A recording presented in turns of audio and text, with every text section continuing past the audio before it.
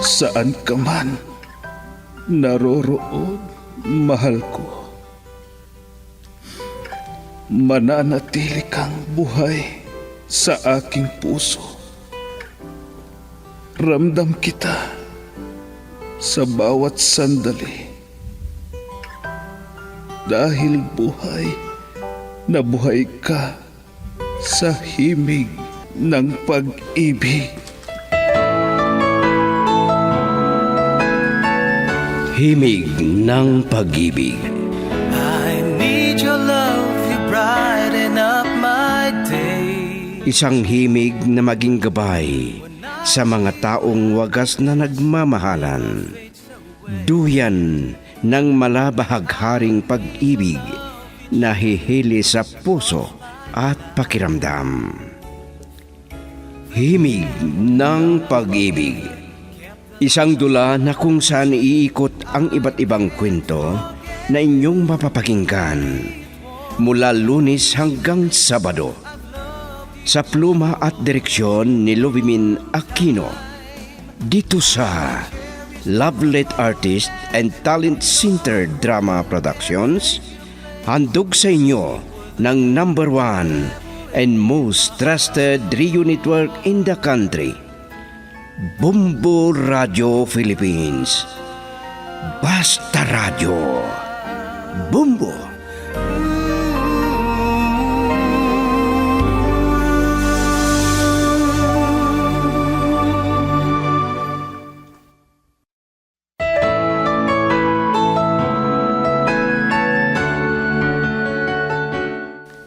Mula sa Lovelet Artist and Talent Center Drama Productions, handog sa inyo ng #1 and most trusted radio network in the country.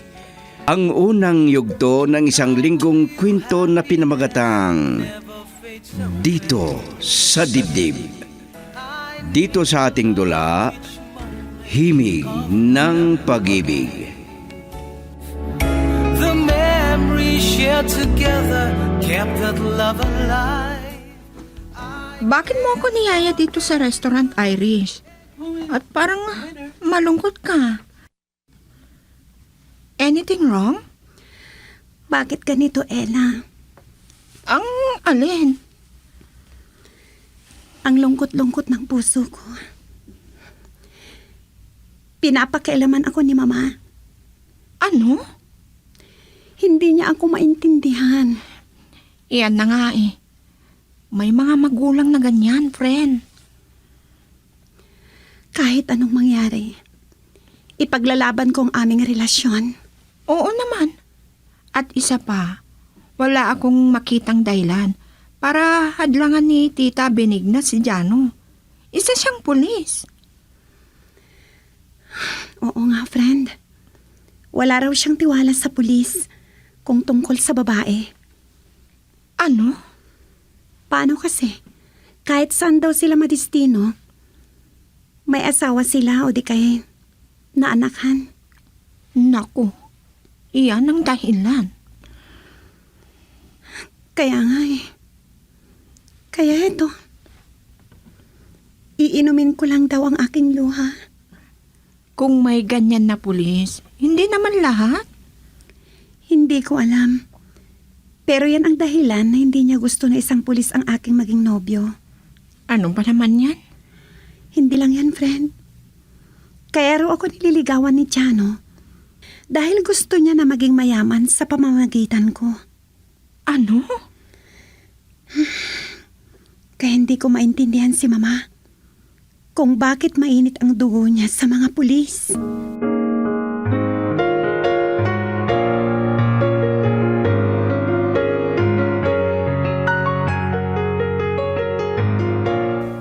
Hindi ko alam kung bakit mainit ang dugo ni Mrs. Cruz sa akin, Itay. Alam ko, anak. Gaya ba ng iniisip kong dahilan, Itay? Pwede. Walang iba kung hindi ang ating kahirapan sa buhay. Bakit? Yan ba ang sukatan ng iba? Sa tapat na pag-ibig, Itay? Yan nga ang hindi ko alam, Pero karamihan ay ganyan ang ibang mayaman o kaya may kaya sa buhay. Itay, Kaya ikaw na ang umintindi kung bakit tayo mahirap. Kung may magagawa lang tayo, pero wala. Kaya huwag mo nang ituloy ang pandiligaw mo kay Iris. hindi itay. Ilalaban ko ang relasyon namin. Ang ibig mong sabihin, may unawaan na kayo? Opo, itay. Ay, nako. May sumpaan kami ni Iris. At kamatayan lang ang makapaghiwalay sa amin. Ano?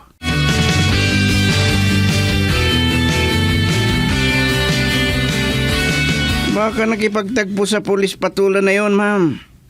Naiinis ako. Kahit pulis ang Diano na yun, hindi ako takot sa kanya. Lalo na hindi ako susuko na manligaw kay Iris. Bert, iho. Baka hindi ako makapagpigil, bugbugin pa namin eh. Ha? Mag-cross lang ang aming landas. Lalaitin ko at hahamunin ko ng duelo. Ano? Babantaan ko siya na tigilan na niya si Iris. Hiwalayan niya kung may relasyon na sila. O putulin ko ang kanyang hininga.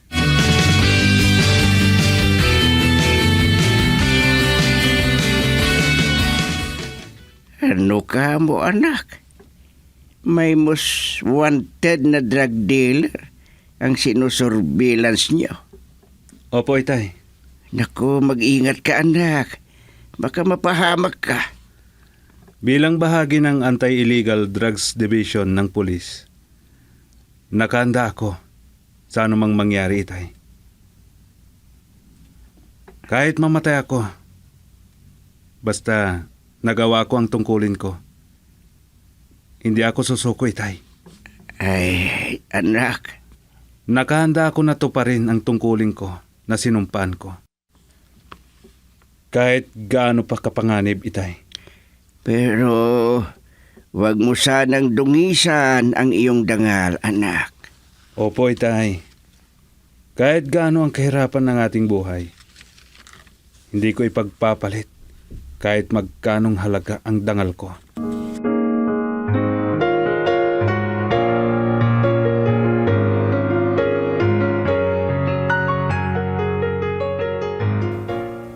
Ano, boss? Ako ang mag-escort sa ipapasok na epektos. Walang problema, boss. Kaya namin yan ng mga kasama ko. Sige, boss. Sabihin lang ninyo kami kung kailan at kung saan. Sige, boss. Bye. Malaking halaga na naman ito. Kahit papano. Tignan ko lang kung kaya ng mga pulis na hadlangan kami sa aming gagawin. Girl, I need you. I need your love.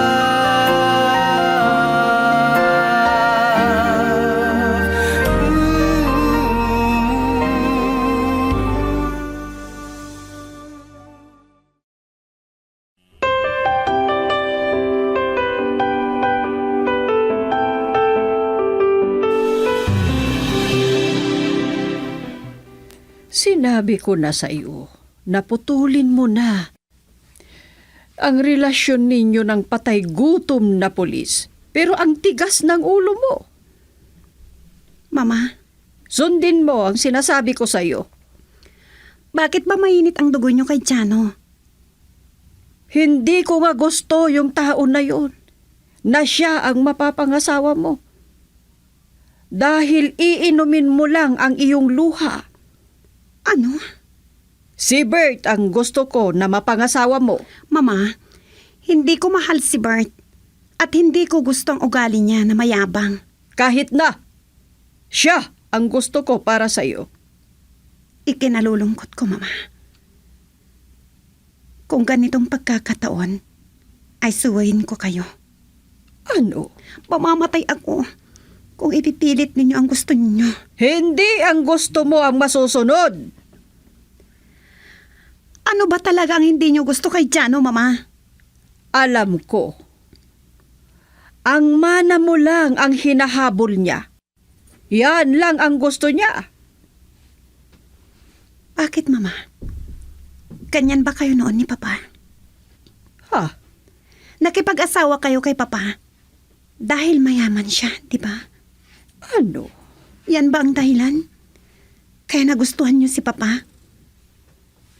Para mabilis ang pagyaman ninyo, Mama?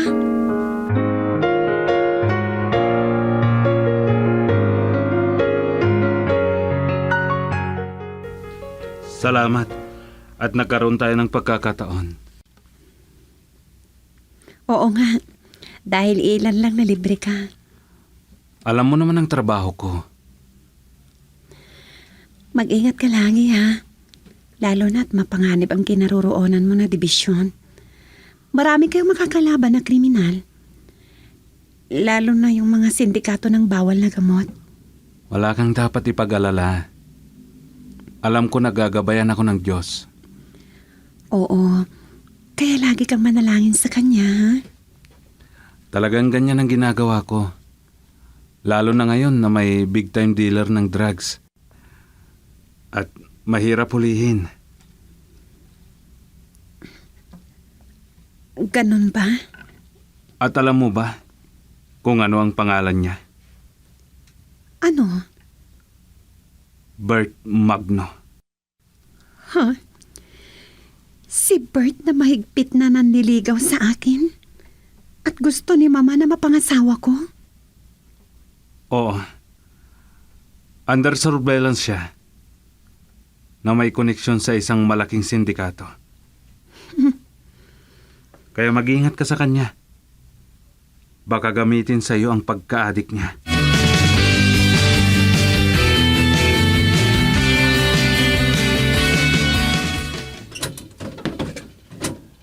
Oh! O sige. Kalabitin mo ang baril mo. Bert! Ang yabang mo. Dahil bago ang sasakyan mo. Muntik mo na kaming mabangga. May reklamo ka? Kahit ikaw pa, ang pinakamayaman sa ibabaw ng lupa. Hindi kami natatakot sa'yo. Huwag mo nang patulan ang mayabang na yan, Jano. Halika na, iwanan natin siya. Siya palang pinagmamalaki mo sa akin na, Iris. Wala kang pakialam. Maswerte ka. Dahil kasama ko si Iris. Dahil kung hindi ko alam kung anong mangyayari sa'yo. Mayabang. Mayabang ka dahil mayaman kayo. Parang kayo na ang may-ari ng lahat ng nandito sa ibabaw ng lupa. Mabuti at alam mo, pulis patula. Ano ka mo? May araw ka rin, Jano. Hindi ikaw ang dapat na magsabi niyan. Dahil sa oras na makaipon kami ng sapat na ebidensya kontra sa'yo, mabubulok ka sa bilangguan. Ano?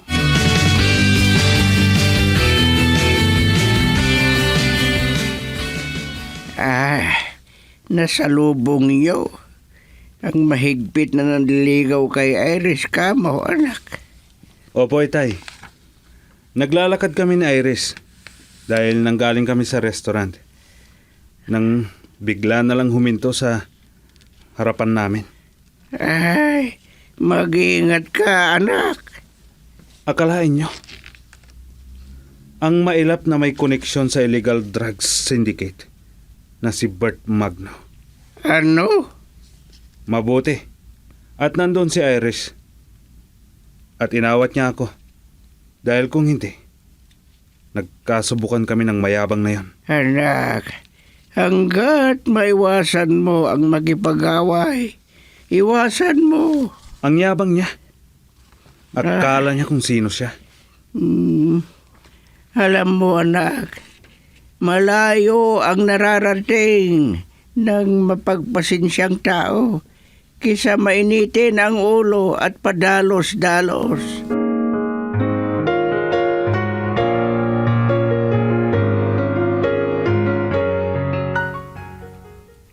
Nakita mo sila, Bert, iho?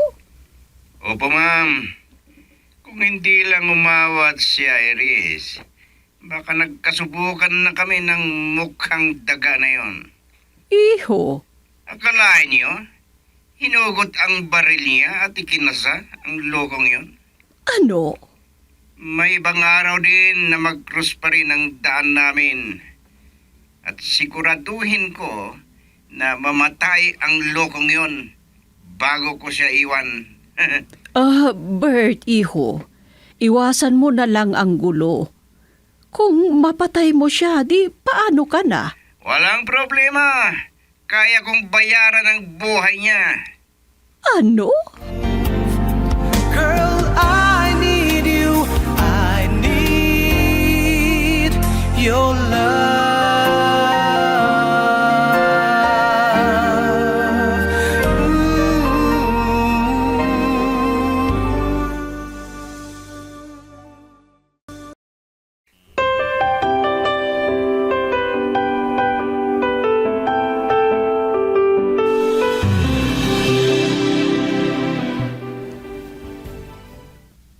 Mabuti at umuwi ka na.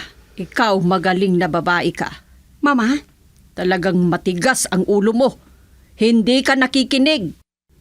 Mama, Nakipagtagpo ka na naman sa pulis na yon. opo mama. Kasama ko si Jano. May masama ba? Mayroon! Dahil hindi ko siya gusto na siya ang mapapangasawa mo. At sino ang gusto nyo? Ang drug dealer? Sino? Sino ang drug dealer na sinasabi mo? Yung gusto nyong mapangasawa ko. Hindi lang drug dealer, kundi drug addict pa. Sino ba ang tinutukoy mo? Si Bert, mama. Ano? At believe ako. Dahil alam ko na siya ang tumatawag sa inyo. Ang mayabang na yun. Ha? Oo, mama. Dahil may bago siyang sasakyan. Muntik na kaming banggain ni Jano. Kaya kahit anong sabihin ninyo, mama, ayaw ko sa kanya. Kahit magalit pa kayo sa akin. Susuwayin mo ako, ganun ba? Dahil sa patay gutom na yon. Patay gutom? Sabi niyo, mama. Oo! Patay gutom! Mapagsamantala! Kung ganon, ganyan din kayo noon, mama. Ha? Alam niyo na ang ibig kong sabihin. At ganyan din kayo noon. Mama, sinampal niyo ako. Dahil wala ka ng respeto sa akin. Hindi ko makakalimutan ang pagsampal ninyo sa akin. Dahil sa drug addict na yon.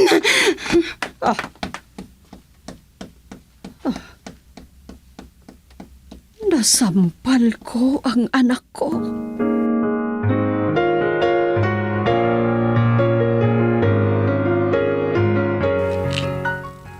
Anong sabi niyo, ma'am? Nasampal niyo si Iris? Bakit? Hindi ko nagustuhan ang pagsagot-sagot niya sa akin. Ganun ba?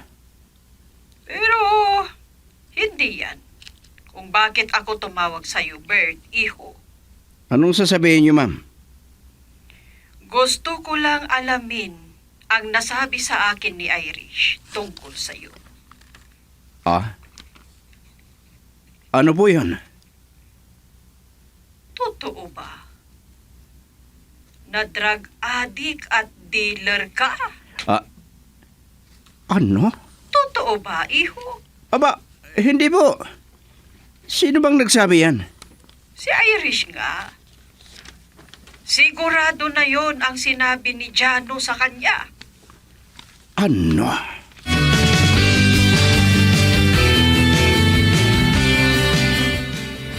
Walang niya talagang taong yun.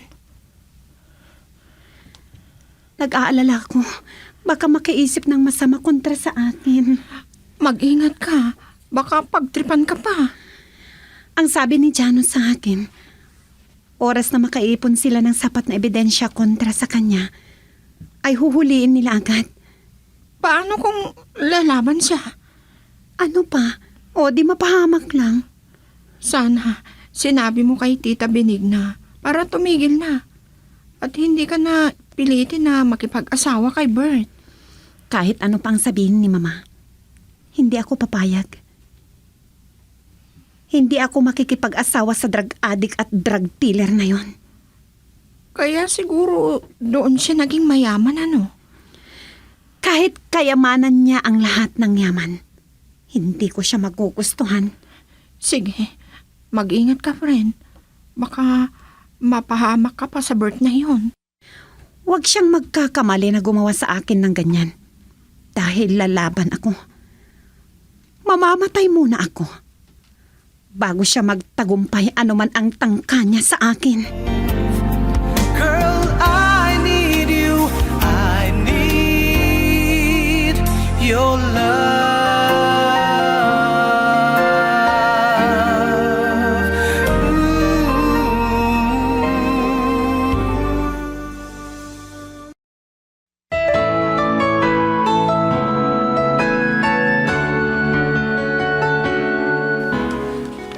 Ano ang mga susunod na mangyayari? Mga giliw naming tagapakinig, sundan bukas ang karugtong ng isang kwento na pinamagatang Dito sa Dibdib. Dito sa ating dula, Himig ng Pag-ibig. Isinulat at direksyon, Lubimin Aquino Sr. Handog sa inyo ng #1 and most trusted radio network in the country, Bumbo Radio Philippines. Basta Radio. Bumbo. I've loved you for a long, long